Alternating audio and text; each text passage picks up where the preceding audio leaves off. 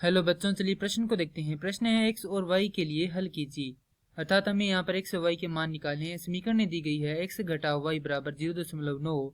दूसरी समीकरण है 11/2 x योग y बराबर 1। प्रश्न को हल करें उससे पहले जो प्रश्न की मुख्य अवधारणा है उस पर विचार करते हैं। तो इस प्रश्न के लिए जो मुख्य अवधारणा है वह हो जाएगी दो चरों के रेखिक समीकरण। अर्थात हम यहाँ पर यह देखेंगे कि दो चरों के रैखिक समीकरण क्या होते हैं। तो वे समीकरण जो ax योग by योग c बराबर 0 के रूप के हों, दो चरों के रैखिक समीकरण कहलाते हैं। अब हमें प्रश्न दिया गया है जिसमें दो समीकरण हैं। पहली समीकरण है x घटाव y बराबर 0.9। तो हम क्या करते हैं, दोनों तरफ 10 से गुना कर देते हैं, क्योंकि यहाँ पर दशमलव है तो वो हट जाएगा।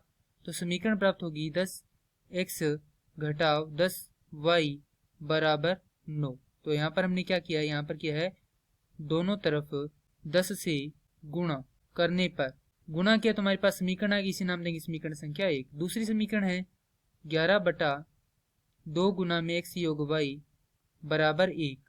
तो यहाँ से हम क्या करते हैं, ये जो हर है उसका इधर गुणा कर देते हैं। तो हमारे पास क्या आएगा 2x योग 2y बराबर 11। यह आ गई हमारे पास समीकरण संख्या 2। तो हम क्या करते हैं, इन दोनों समीकरणों को अनेक विधियों से हल कर सकते हैं, परंतु हम इन्हें हल करेंगे प्रतिस्थापन विधि से। तो प्रतिस्थापन विधि से प्रतिस्थापन विधि होती है कि दोनों समीकरणों में से किसी एक समीकरण में हमारे पास कितने चर होते हैं, दो चर होते हैं। तो एक समीकरण में से एक चर का मान निकालकर दूसरे समीकरण में रखना और दूसरे चर का मान निकालना क्या कहलाता है, प्रतिस्थापन विधि कहलाती है। अर्थात हम यहाँ पर क्या करेंगे, समीकरण 1 से हम यदि हम x का मान निकालते हैं तो हमारे पास क्या आएगा 10x बराबर 9 योग 10y, क्योंकि 10y का क्या कर दिया हमने इधर प्रक्षांतरण कर दिया। अब इसको आगे हल करेंगे तो x का मान आ जाएगा 9 योग 10y बटा 10। तो ये आ गया हमारे पास x का मान। अब ये क्या करेंगे, हम समीकरण 2 में रख देंगे।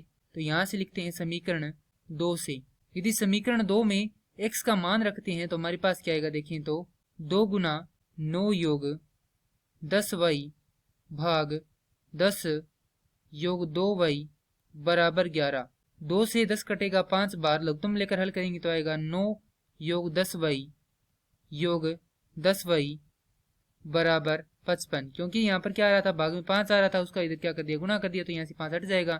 अब इसको हल करेंगे तो ये हो जाएगा 20y बराबर 55 घटाव 9, क्योंकि 9 का इधर पक्षांतरण कर दिया, हमारे पास आ जाएगा 20y बराबर 46।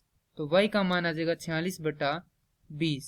तो इनको काटेंगे तो हमारे पास जो y का मान है वह आ जाएगा y बराबर, तो ये कटेगा 2 से 23 बार और ये कटेगा 2 से 10 बार, तो 23/10। तो y का मान आ जाएगा यहाँ से 23/10। अब हम क्या करेंगे, ये y का मान यहाँ पर रखेंगे तो हमारे पास किसका मान आ जाएगा, x का मान आ जाएगा। तो यहाँ से x बराबर हो जाएगा 9 योग 10 गुना 23/10। तो 10 से 10 यहाँ भाग में आ जाएगा, यहाँ पर 10, तो यहाँ से देखें 10 से 10 क्या हो जाएगा, कट जाएगा। तो x बराबर आ जाएगा 32/10। इसको काटेंगे तो यह कटेगा 16/5 पर, क्योंकि ये 2 से काट रहे हैं तो ये 16 बार कटेगा और ये कितने बार कटेगा, 5 बार। तो x का मान आ जाएगा 16/5 और y का मान आ जाएगा 23/10। और यही क्या करना था, हमें ज्ञात करना था। मैं आशा करता हूँ कि यह प्रश्न आपको समझ में आया होगा। धन्यवाद।